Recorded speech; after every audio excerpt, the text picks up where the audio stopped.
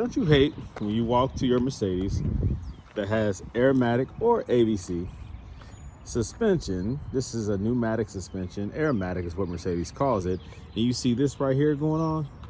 What the heck, man? Now, this truck has been loyal to me for about 4 or 5 years. I've never had any suspension issues. And now look at this. This is what can happen when you buy these Mercedes. It's all good. I know what it is.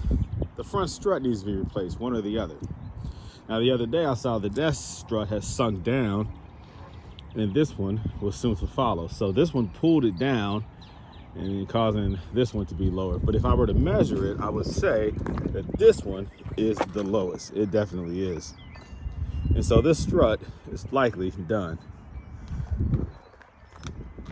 Let's start it up. And let's see what happens when I start the car.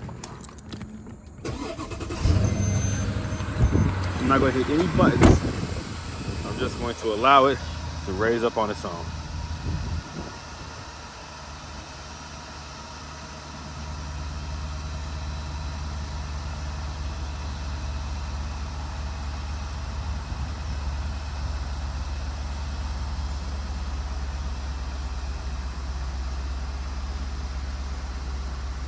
Now that could mean that there's a leak somewhere.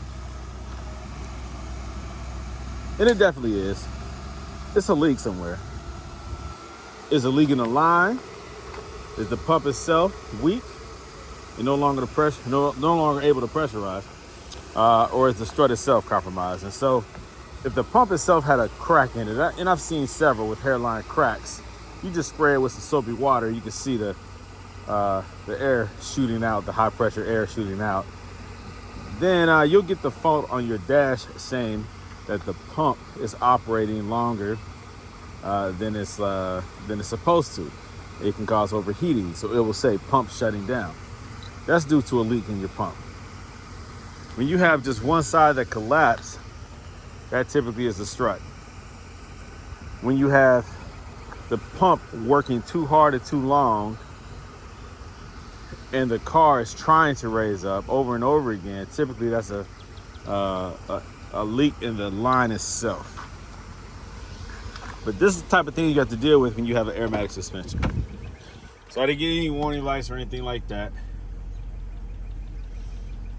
This actually first occurred in the wintertime. It is wintertime right now in Cincinnati, but it first occurred when we had a real bad freeze and it was ice cold, below zero.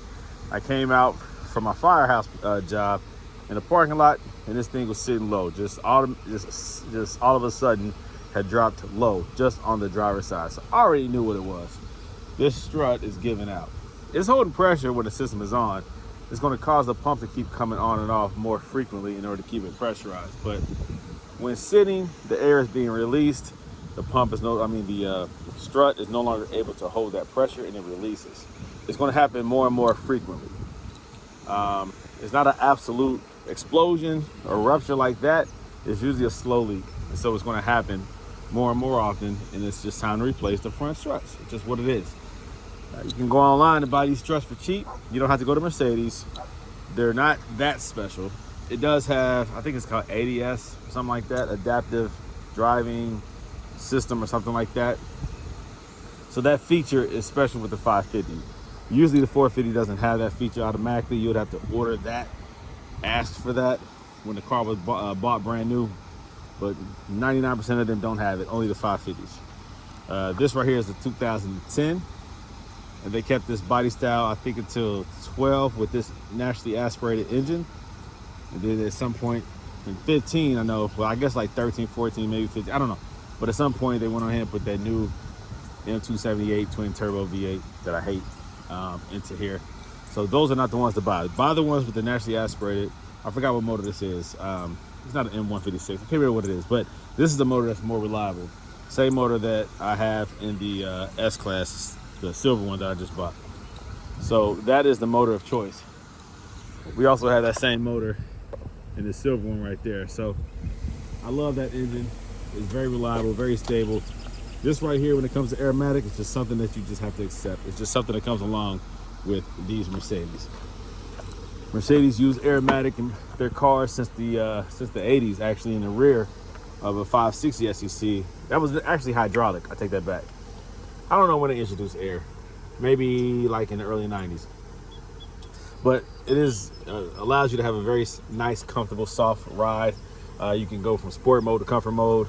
Very, very nice ride. I don't fault Mercedes for using Airmatic. All types of car manufacturers have used Airmatic rides. They call it something else though. But you used to see those Lincoln Navigators with the rear just sitting low, right?